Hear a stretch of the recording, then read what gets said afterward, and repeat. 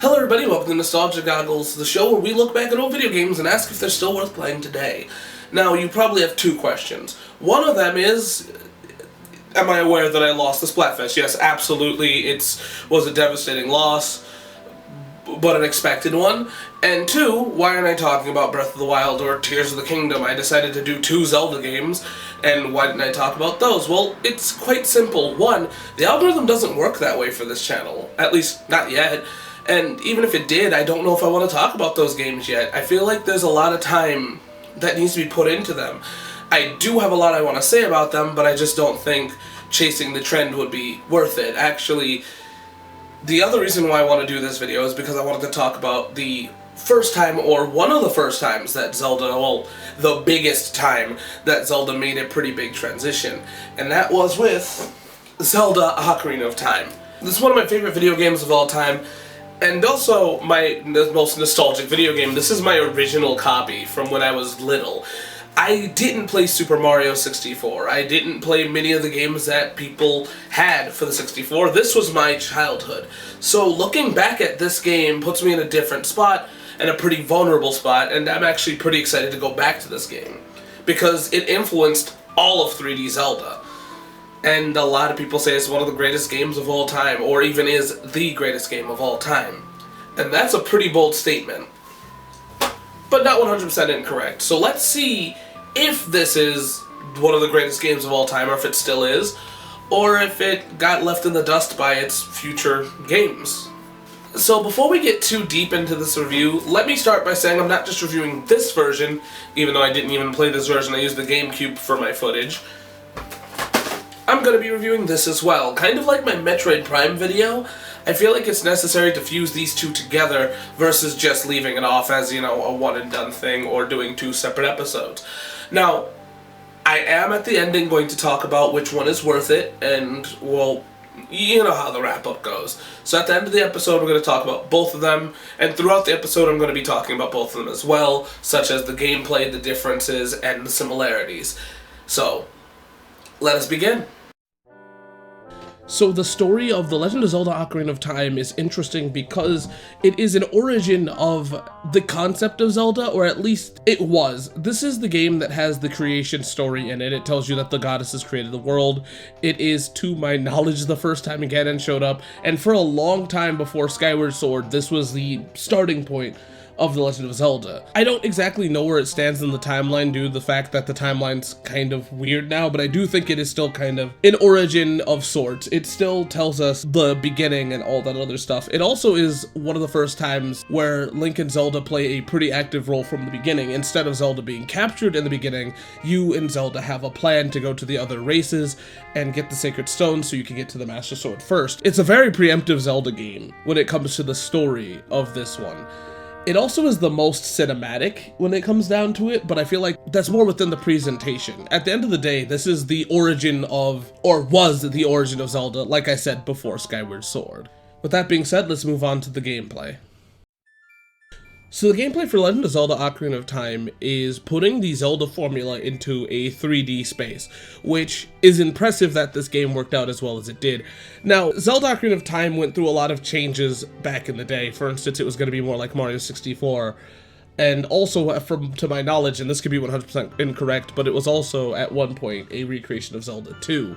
So, and this could be 100% incorrect, but it shows that they put a lot of work into this game. Putting a video game into a 3D space, especially back in the 90s, was a puzzling concept, but that also comes from there not being a lot of video games around the time like this. So they really had to kind of stick to their guns, and it worked out. There is differences between it being Zelda outside of it being 3D, and one of those is how does it work, right? How do we work around it being in 3D? How do we make this comfortable?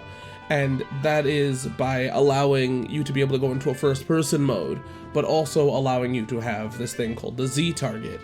The Z-target allowed you to lock onto enemies, and it helped with shooting and also sword fighting and keeping up with bosses. It allowed you to kind of focus where Link was seeing, and that helped out a lot, especially now that I'm older. As a kid, I didn't use it, but as an adult, it helps out a lot because this game can get a little disorienting. Not commonly, but, you know, it's nice to have this feature, and I think without it, it would have been a major pain to play the whole game, if I'm gonna be honest.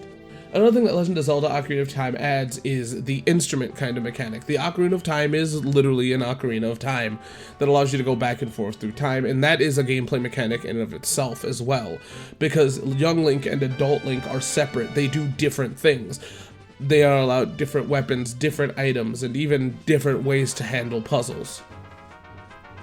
The Ocarina does more than just go back in time. Actually, it doesn't take you back in time. That's the Master Sword.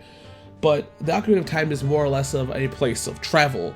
After a point, you start learning songs, and those songs either allow you to summon your horse, or they allow you to take you to dungeons, which is a way of fast travel, and I think that that's really nice and great. Legend of Zelda Ocarina of Time did a lot of things at the end of the day, but it kept the Zelda philosophy there. They just said, what if we put Zelda in 3D? And I feel like that was enough. With that being said, let's move on to presentation. So the presentation of The Legend of Zelda Ocarina of Time is very cinematic. They went above and beyond with this game. They knew that this was in 3D, and they went, let's do it. And when I mean cinematic, I mean sweeping camera angles. Whenever you come into a dungeon, boss fights have a very cinematic introduction. Ganon himself is super dramatic, and I mean, like, he is dramatic. Him on his horse is like, boy, and he shoots a laser at you, you know. I feel like at the end of the day, this game is that way, and that's what makes it super memorable, because if we're gonna do Zelda in 3D, if we're going to translate a game into 3D, let's do it right. And they sure did. I think even outside of that, the dungeon designs are something that is very interesting, because they are not just random stone dungeons, they are actual places that exist in the world. Like, you end up in a giant fish, and that's not a place I want to be, but, you know, hey, I mean, I guess it's cool as a dungeon. You get to see where the Goroks look for rocks and stuff, you know, for their food. You get to check out, I mean, the latter half is definitely dungeons, you know, they're what you would expect, but as a child, you know, they're all places that I wouldn't expect to go. And I absolutely enjoy that. And even with the dungeons that you expect, there's things in them that you don't expect. And I just appreciate the crap out of that. I feel like that can be said about all Zelda games in 3D to a degree, but since this is the start, I think they went above and beyond, especially since they could have just done what Zelda 1 or what Zelda Link to the Past did, which are pretty cut and paste dungeons. Now, A Link to the Past is a little me being uncharitable, but still. Another thing I want to bring up is that the DS version is clean as hell. I absolutely love the fact that they kind of upscaled the game, because they could have just ported it, and that would have been fine too, but I like how they kind of smoothed out the graphics and made it look more modern. And I feel like with Zelda, that's all you really need to do at the end of the day with Ocarina of Time. I would love to see a remake somewhere down the line that allows you to change the camera controls, but like outside of that, the DS version's near perfect in my opinion when it comes to presentation and gameplay. Almost preferred. The biggest issue with that is it's on the Game Boy, but that's more of the goods and the bads. And last but not least, let's talk about the music. This is a game that definitely reuses some songs from, you know, prior Zelda games, but the new songs that are added are classics and still used to this day. Ganon's theme is even used in Tears of the Kingdom. I feel like Ocarina of Time just went above and beyond on every front, and it shows if you can look past the 64 graphics, and even then, if you're playing it on the DS, there's nothing to look past. It looks outstanding. And I'd love to see the DS version at least ported, or a remake that's very similar to the DS version on the Switch at some point. I don't think they're going to do it, I don't know if it's 100% necessary, but I would absolutely love to see that happen. And I think that they went really well with the presentation. Every part of this game feels like they put time and effort into it. And like I said, they wanted to go big, and it feels like it. With that being said, this all doesn't matter if you can't get your hands on it, so let's talk about the accessibility. So Legend of Zelda Ocarina of Time has been ported to many things, but I'm going to talk about the consoles that are pretty easy to get your hands on, because I could just say that Nintendo has, you know, there's the digital versions, but they're no longer a thing. So with that being said, let's start with the Nintendo 64 console, the one that it started on, and you can get that one for about $25, but there is a golden cartridge, which goes for about $60 to $100. There's also multiple GameCube versions of the game. So there is the Zelda collection, which is the one that I played it on, which goes for about $74 to a good $130. There's also the Master Quest version of the game, which will set you back about $80. I've seen it for $60 as well. What the Master Quest version is it allows you to play the game again, but on a, I'd say, mirrored / harder difficulty. And I think it's fun. It's really cool, especially if you like playing this game, but you want something new.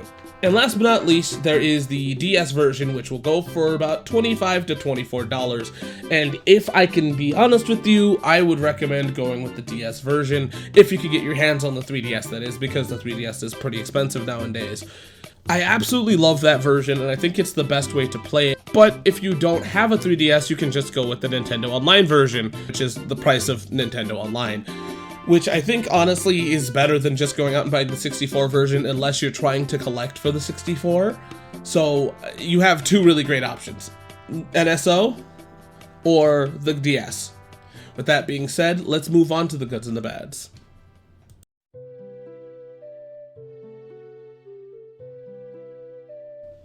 There's just a lot. And I feel honestly super biased because I grew up with this game. I feel like there's a lot that's super good about this game because, I don't know, it is. It's just an awesome game. It holds up today. It's the same philosophy that we have with 3D Zelda, and it's what started it, and realistically, it's kind of what continued until Breath of the Wild.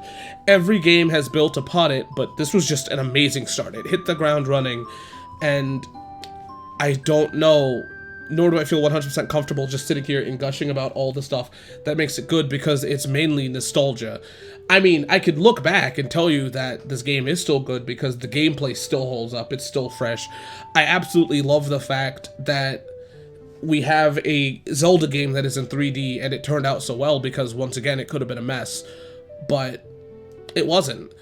I absolutely love the fact that there was so much thought put into this game, from presentation to gameplay to everything. It's just everything. It's one of my favorite Zelda games, and it's one that still holds the test of time. With that being said, let's go into the bads.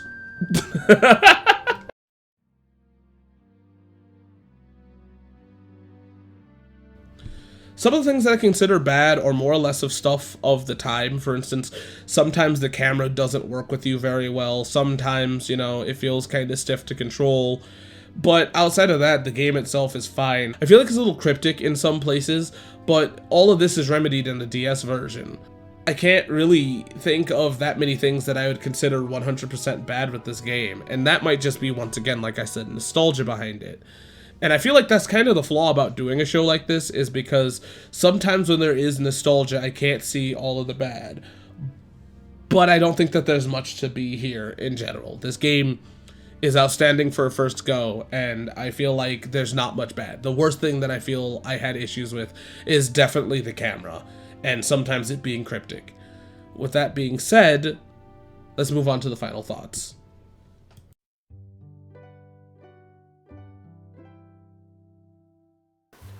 So is Legend of Zelda Ocarina of Time still worth playing today?